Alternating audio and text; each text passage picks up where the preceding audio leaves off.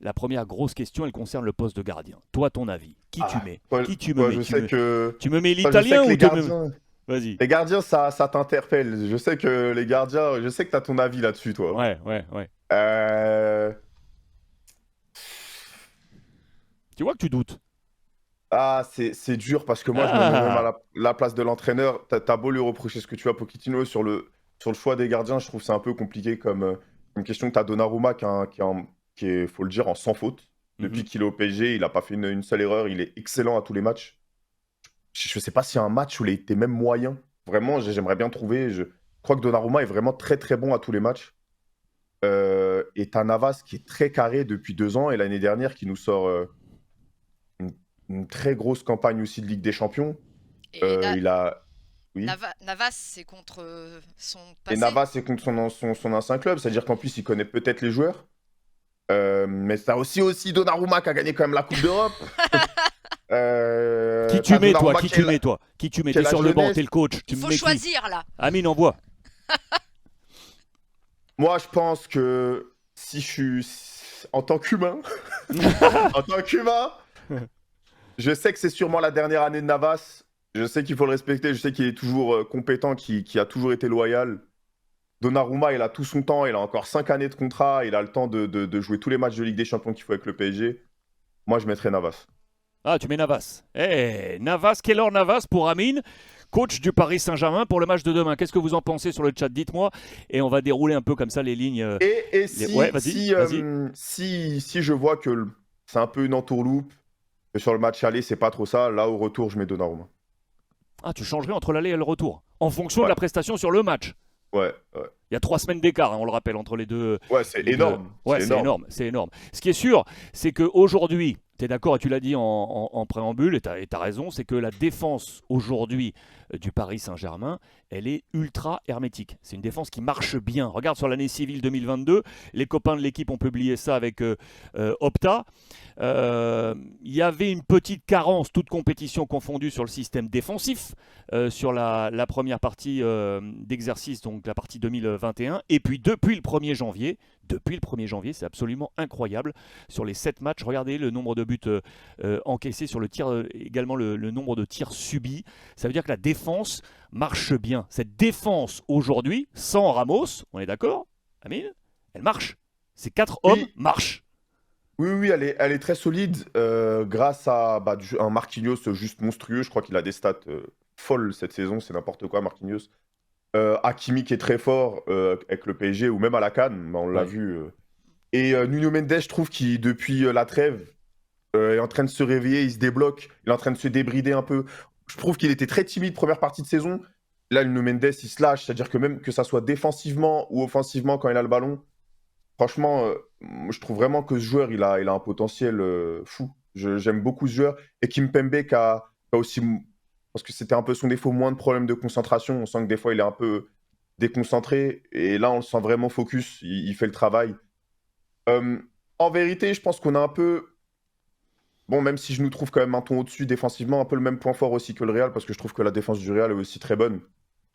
Euh, Je pense que tout va se jouer vraiment demain sur les atouts offensifs et je pense que la défense du PSG sera solide demain. C'est pour ça que s'il n'y a pas Benzema avec la défense qu'on a, ça va être dur pour Madrid. T'as l'impression que Kimpembe a été un peu piqué dans son orgueil avec l'arrivée de Ramos. Je te parle des derniers jours. On a senti que Ramos revenait, même s'il a out de nouveau. Euh, on- Pas mal de confrères disaient ouais, il a été un poil piqué parce qu'il n'était pas forcément au top top et il est redevenu là le Kimpembe qu'on attend solide aux côtés de Marquis. T'es d'accord avec ça? Ah oui, c'est sûr, c'est sûr. Et de toute façon, ça a toujours été comme ça, hein. C'est toujours la concurrence qui fait ressortir les meilleures performances des autres joueurs, hein. C'est bien pour ça qu'Icardi, il a lâché ses 3 meilleurs Ouais, mois que quand Cavani il était là, ouais, ouais, hein. ouais, t'as raison. Mais, mais Kimpembe, ah oui, oui, je pense que ça l'a piqué dans son orgueil, surtout que Ramos, les peu de matchs qu'il a fait, bah, ils étaient très bons, vraiment.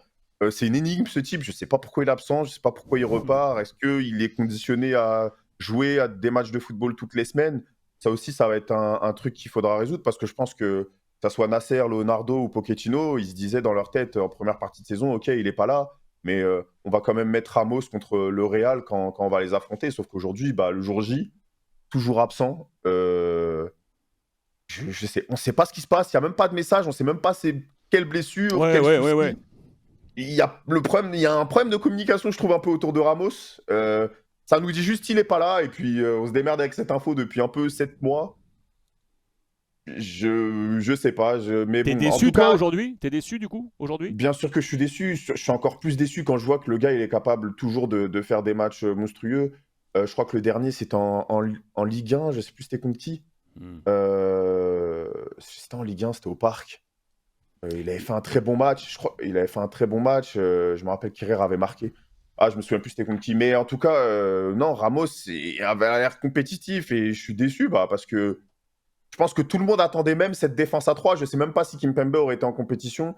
Mais Ouais, quoi t'as qu'il raison. arrive, juste de se dire une défense Ramos-Marquinhos, t'as la plus belle charnière, je pense, une des plus belles charnières en tout cas d'Europe. D'ailleurs, il y en avait qui pensaient en Espagne qu'il avait quitté le Real Madrid aussi parce qu'il n'avait plus le physique pour enchaîner les matchs comme ça se passait. Et du coup, il est arrivé au PSG. Lui, il avait des doutes sur l'état de son genou et notamment sur certains autres problèmes physiques. Et ça s'est passé moins bien que prévu. Et d'ailleurs, il y a eu des rumeurs en Espagne la semaine dernière comme quoi certains pensaient qu'il pourrait même prendre une retraite anticipée parce que il aurait un problème récurrent au mollet. Donc ça reste dans les rumeurs. Mais il faut prendre en compte ce paramètre-là que maintenant Sergio Ramos, la tête, l'envie sont toujours là, mais le physique le lâche un peu.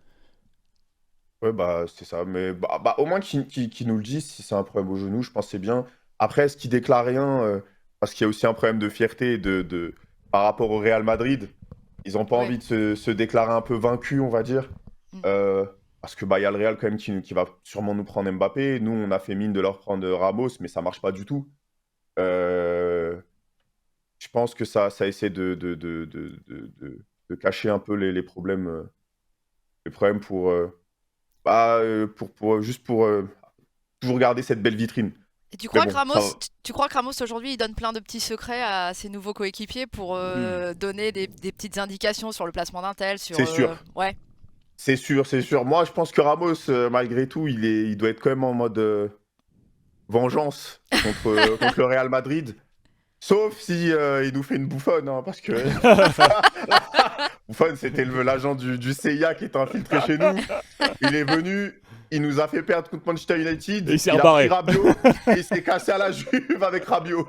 Ah non, Buffon, vraiment, son passage, il m'a traumatisé. J'espère Hold que c'est up. pas une bouffonne.